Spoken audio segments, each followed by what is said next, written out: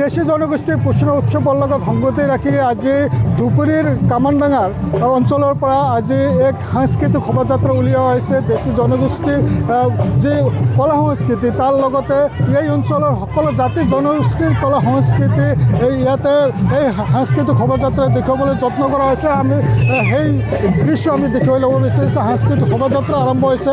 এই সাংস্কৃতিক শোভাযাত্ৰা বৰ্তমান যিহেতু কামানডাঙ্গা অঞ্চলৰ পৰা আৰম্ভ হৈছে আৰু ইয়াৰ কামানডাঙ্গা বজাৰ হৈ এই সাংস্কৃতিক শোভাযাত্ৰা চলিব।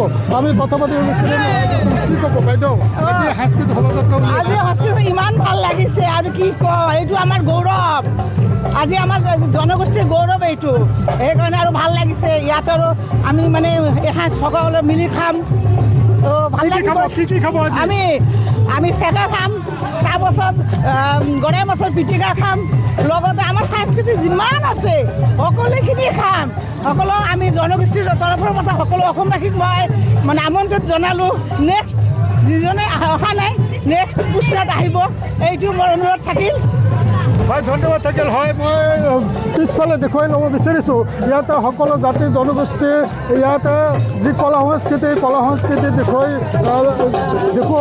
দেখুৱাই ল'ব বিচৰা হৈছে আৰু দেখুওৱা হৈছে।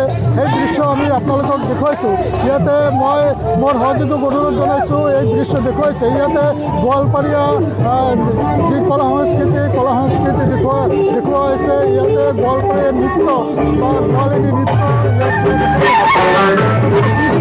ইয়াতে বিহু, এইফালে যদি বিহু নৃত্য দেখুওৱা হৈছে। ইয়াত ঢোল বাদক বিহু নৃত্য দেখুওৱা হৈছে।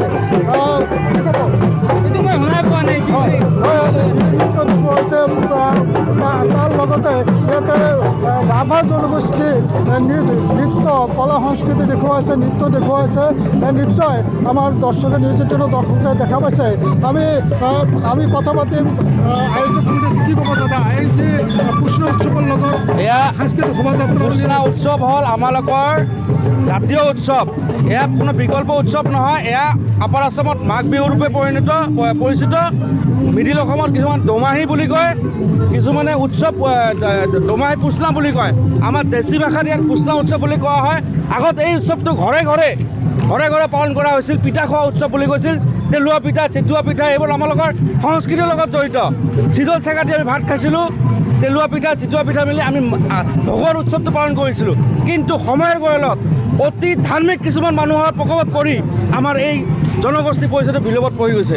গতিকে আমি ভাবিছোঁ আমি একেলগে চবে একত্ৰিত হৈ এটা মঞ্চ স্থাপন কৰিছোঁ। এই মঞ্চত আমি এই যিমান আমাৰ দেশী জনগোষ্ঠীৰ লগতে যিমান খিলঞ্জীয়া জনগোষ্ঠী আছে চবে একেলগিত হৈ আমি অলপ আহাৰ গ্ৰহণ কৰিম, নৃত্য গীত পৰিৱেশন কৰিম। আজি এই শোভাযাত্ৰা হৈ আছে।